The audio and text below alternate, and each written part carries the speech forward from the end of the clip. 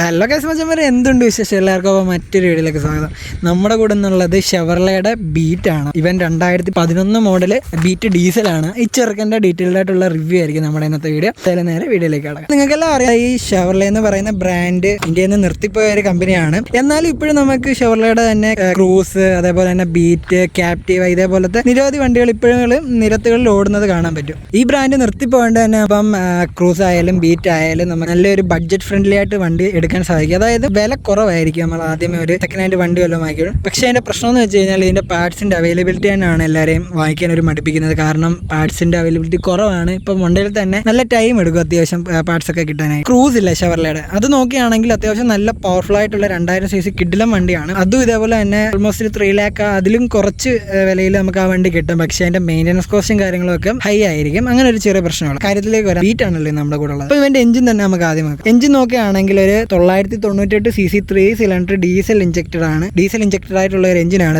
ഈ കാണുന്നത്. സ്മാർട്ടൊക്കെ എന്നുള്ള ബ്രാൻഡിങ് കാര്യങ്ങളൊക്കെ അവിടെ കാണാം. ഈ ഇരിക്കുന്നതാണ് കുഞ്ഞൻ ടർബോ. ഒരു കാര്യം പറയാം, ഡീസൽ വണ്ടികളിൽ ഏറ്റവും സി കുറഞ്ഞത് നമ്മുടെ ബീറ്റിനാണ് അവർ ഇറക്കിയിട്ടുള്ളത്. അതും 3 സിലിണ്ടർ ഡീസൽ എഞ്ചിൻ. അതുകൊണ്ട് തന്നെ വണ്ടിയുടെ മൈലേജ് അടിപൊളിയാണ്. നല്ല എന്തായാലും 16, 17, 18 സുഖത്തെ കിട്ടും ഈ വണ്ടിയിൽ. പിന്നെ AC ഇടുവാണെങ്കിൽ ചെറിയ വേരിയേഷൻ അതിനകത്ത് കാണിക്കുകയും ചെയ്യും. എഞ്ചിൻ ബേ ഡീറ്റെയിൽ ആയിട്ട് നോക്കുകയാണെങ്കിൽ ബ്രേക്ക് ഫ്ലൂയിഡിന്റെ റിസർവിയർ കാണാം. ഇവിടെ എഞ്ചിൻ ഓയിൽ ചെക്ക് ചെയ്യുന്ന ഒരു ഡിപ്സ്റ്റിക്ക് കാണാം. വിൻഡ് വാഷറിന്റെ ഫ്ലൂയിഡിന് അടപ്പും കാര്യങ്ങളും ഒന്നുമില്ല. അതെല്ലാം മൂരി തെറിച്ച് പോയിക്കാണ്. ഇരിക്കുന്ന ഇതിനകത്താണ് എയർ ഫിൽറ്റർ വരുന്നത്. പിന്നെ നമ്മുടെ ബാറ്ററി പുതിയതാണ് കേട്ടോ. കുറച്ച് നാളായതുള്ളൂ ഈ വണ്ടിയുടെ ബാറ്ററി മാറിയിട്ട്. ഫ്യൂസ് ബോക്സും കാര്യങ്ങളും പിന്നെ വണ്ടിയുടെ ECU അങ്ങനത്തെ ബേസിക് ആയിട്ടുള്ള കാര്യങ്ങൾ തന്നെയാണ്. എഞ്ചിൻ വീൽ വളരെ ഒതുങ്ങിയ ഒരു എഞ്ചിനും എഞ്ചിൻ ബേയും ആണ്. ഇവിടെ ആയിട്ട് നോക്കി കഴിഞ്ഞാൽ ആ ഒരു ഇൻസുലേഷനും കാര്യങ്ങളും കാണാം.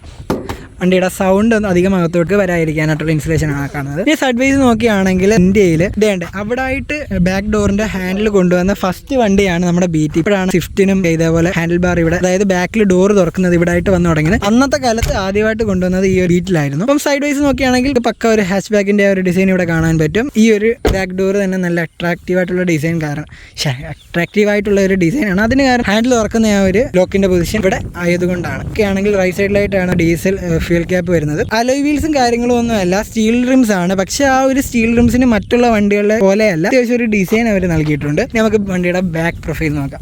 ബാക്ക് പ്രൊഫൈൽ നോക്കുകയാണെങ്കിൽ ഇതിനകത്ത് ഡീഫവറും കാര്യങ്ങളൊന്നും വരുന്നില്ല, റിയർ വൈപ്പറും വരുന്നില്ല. കാരണം ഇതൊരു ബേസ് മോഡൽ വണ്ടിയാണ്. ബേസ് മോഡൽ വണ്ടി ആയതുകൊണ്ട് തന്നെ അങ്ങനത്തെ കാര്യങ്ങളൊന്നും ഇതിനകത്തില്ല. ഇവിടെ ആയിട്ട് ഷെവർലയുടെ ബ്രാൻഡിങ്ങും കാര്യങ്ങളും കാണാം. ബീറ്റ് എന്നുള്ള ചെറിയൊരു ലോഗോ ഇവിടെ കാണാൻ പറ്റും. സോ ബേസിക് ആയിട്ടുള്ള കാര്യങ്ങളാണ് ബാക്ക് സൈഡിലുള്ളത്. ഇനിയിപ്പോൾ ലെഫ്റ്റ് സൈഡ് നോക്കുകയാണെങ്കിൽ ഞാൻ അപ്പുറത്ത് പറഞ്ഞ പോലെ തന്നെയാണ്. പ്രത്യേകിച്ചുള്ള മാറ്റങ്ങളും കാര്യങ്ങളും അവിടെ കാണാൻ നമുക്ക് പറ്റില്ല. ഇൻഡിക്കേറ്ററിന്റെ പൊസിഷൻ ഇവിടെ ആയിട്ടാണ്. നമ്മുടെ റിയർ വ്യൂ മിററിലൊന്നും ബേസ് മോഡൽ ഇവിടെ വരത്തില്ല ഇൻഡിക്കേറ്റർ. സോ അത്രയും കാര്യങ്ങളാണ് ബേസിക്കലി പുറമേ പറയാനുള്ളത്. വണ്ടിയുടെ ടയർ സൈസ് നോക്കുകയാണെങ്കിൽ 165/70/14 വണ്ടിക്ക് വരുന്ന ടയർ സൈസ്. ഇനിയിപ്പം ഹെഡ്ലൈറ്റിന്റെ കേസ് നോക്കുകയാണെങ്കിൽ ഫുള്ളി ഹാലജൻ ആയിട്ടുള്ള സെറ്റപ്പ് ആണ്. ലീഡിയും കാര്യങ്ങളൊന്നും വരുന്നില്ല. ഇവിടെ ഒരു ഹാലജൻ ടൈപ്പ് ഇൻഡിക്കേറ്റർ കാണാം. അതേപോലെ തന്നെ high beam, low beam, park light, fog ലാമ്പിന്റെ ഒരു പ്രൊവിഷൻ യൂണിറ്റ് അപ്പുറത്തും ഇപ്പുറത്തും കാണാം. ബേസ് മോഡൽ ആയതുകൊണ്ട് ഇതിനകത്ത് ഫോഗ് ലാമ്പ് വന്നിട്ടില്ല. നോർമലി ഇവിടെ ബ്ലാക്ക് കളേർഡ് ഗ്രിൽസ് ആണ് വരുന്നത്, പക്ഷേ ഇത് ക്രോം ആക്കിയിട്ടുണ്ട്. ഇനി നമുക്ക് വണ്ടിയുടെ ഇന്റീരിയറിലേക്ക് നോക്കാം. ഇന്റീരിയറിലേക്ക് പോകുമ്പോൾ ആദ്യമേ തന്നെ അട്രാക്റ്റീവ് ആയിട്ട് തോന്നുന്നത്, അതായത് മറ്റുള്ള വണ്ടികളിൽ നിന്ന് വ്യത്യസ്തമായിട്ട് ഇരിക്കുന്നത് ഈ ഒരു മീറ്റർ കൺസോൾ തന്നെയാണ്. കാരണം ഒരു സ്പോർട്സ് കാറിന്റെ ഫീലാണ് ഈ ഒരു മീറ്റർ കൺസോൾ വരുന്നത്. കാരണം നമ്മുടെ ബീറ്റ് അമേരിക്കയിലൊക്കെ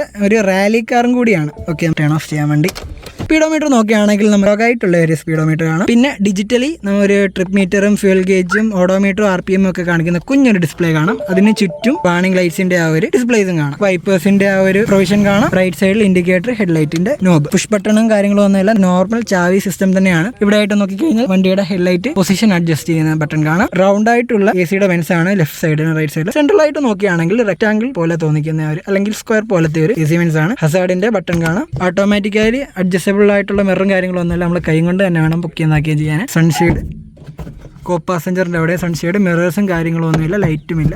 ലൈറ്റ് ആ പാട് വരുന്നത് സെൻട്രൽ മാത്രമാണ്. വണ്ടിയുടെ ഇൻഫോർടൈൻമെന്റ് നോക്കുകയാണെങ്കിൽ എക്സ്ട്രാ വെച്ചാണ്. ബേസ് മോഡൽ ആയതുകൊണ്ട് ഇതിനകത്ത് കമ്പനി ഫിറ്റഡ് ആയിട്ടുള്ള ഒരു ഇതും വരില്ല. സ്റ്റീരിയോയും കാര്യങ്ങളും ഇവിടെ ഇതുപോലെ പ്ലെയിൻ ആയിട്ട് കിടക്കാം. നമ്മളിവിടെ സെറ്റ് ചെയ്തെടുത്തതാണിത്. പിന്നെ തറയിലോട്ട് നോക്കി കഴിഞ്ഞാൽ ACയുടെ ഒരു കൺട്രോൾസ് ആണ്. ഹീറ്റ് കോൾഡ്, അതിന്റെ ഫ്ലോ കൺട്രോൾസ്, പിന്നെ സ്പീഡ് ACയുടെ. ഇത് AC on of button. Glow box നോക്കുകയാണെങ്കിൽ തറയിലായിട്ട് അത്യാവശ്യം നല്ല ഡീസെന്റ് ആയിട്ടുള്ള സ്റ്റോറേജ് സ്പേസ് ഉള്ള ഒരു ഗ്ലോ ബോക്സ് കാണാം. മുകളിലായി അങ്ങനെ പ്രത്യേകിച്ച് ഗ്ലോ ബോക്സും കാര്യങ്ങളും ഒന്നുമില്ല. 2 സ്പീക്കേഴ്സ് കാണാം ലെഫ്റ്റ് സൈഡിലും റൈറ്റ് സൈഡിലും. ഇവിടെ ചെറിയൊരു സ്പേസ് ഉണ്ട്. അത്തരം കാര്യങ്ങളാണ്. ഡാഷ്ബോർഡിനെ പറ്റി പറയുകയാണെങ്കിൽ ഡോർ പാഡ്സിലേക്ക് വരികയാണെങ്കിൽ പവർ വിൻഡോസും കാര്യങ്ങളും ഒന്നുമില്ല. മാനുവലി തന്നെ കറക്കി വേണം വണ്ടിയുടെ വിൻഡോസ് പൊക്കിയും താക്കുകയും ചെയ്യാൻ. പക്ഷേ ഈ ഒരു ലോക്കിംഗ് സിസ്റ്റം ഓട്ടോമാറ്റഡ് ചെയ്തിട്ടുണ്ട്. 4 ഡോർ പവർ ലോക്കിംഗ് സിസ്റ്റം ചെയ്തിട്ടുണ്ട്.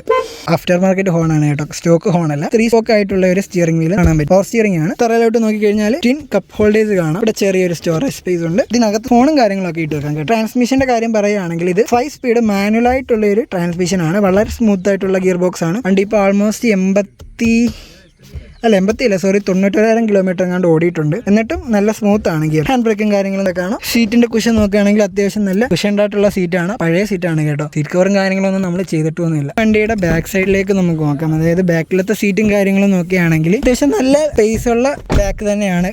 കണ്ടോ, ഇപ്പം ഞാൻ എൻ്റെ രീതിയിലാണ് ഈ ഒരു ഫ്രണ്ടിലത്തെ സീറ്റ് അഡ്ജസ്റ്റ് ചെയ്തിട്ടേക്കുന്നത്. എന്നിട്ടും എനിക്ക് ഇത്രയും എക്സ്പേസ് കിട്ടുന്നുണ്ട്. പിന്നെ തൈ സപ്പോർട്ട് കുറവാണ് കേട്ടോ. കാരണം എന്താ, ഇത്രയും തൈ സപ്പോർട്ട് കുറവാണ്. 3 പേർക്ക് അഡ്ജസ്റ്റ് ചെയ്തിരിക്കാം, പക്ഷേ 2 പേർക്ക് സുഖത്തെ ബാക്കിലിരിക്കാം. ഇതാണ് ബാക്കിൽ നിന്നുള്ള വണ്ടിയുടെ front view, cockpit view. Bonnet ഇപ്പോൾ തുറന്നിട്ടേക്കാണ്, അത് നിങ്ങൾ മൈൻഡ് ചെയ്യേണ്ട. പിന്നെ ഹോൾഡർ നമുക്ക് 3 സൈഡിൽ കാണാം. അതായത് 1, 2, 3. ഡ്രൈവറിൻ്റെ സൈഡിൽ ഒന്നുമില്ല. അതെല്ലാ വണ്ടിയും എല്ലാ വണ്ടിയും നല്ല മിക്ക വണ്ടിക്കും അങ്ങനെയാണല്ലോ. പിന്നെ ബാക്കിലായിട്ട് നോക്കുകയാണെങ്കിൽ ഒരു കപ്പ് ഹോൾഡർ കാണാം. അത് മാത്രമേ ഇവിടെ ഉള്ളൂ. AC വെന്റോ സ്റ്റോറേജ് സ്പേസോ അങ്ങനെയുള്ള ഒരു കാര്യങ്ങളും ഇല്ല. ഇനി നമുക്ക് വണ്ടിയുടെ ബൂട്ട് സ്പേസും കാര്യങ്ങളും നോക്കാം.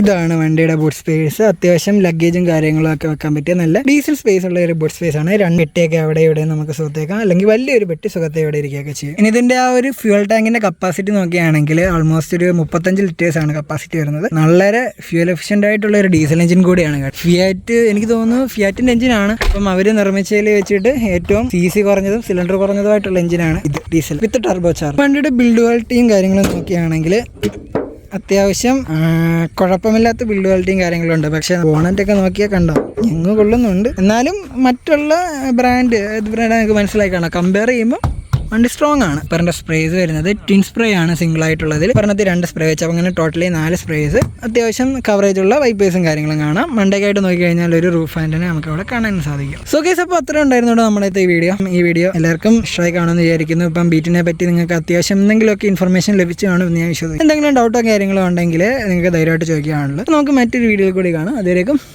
Take care, good bye.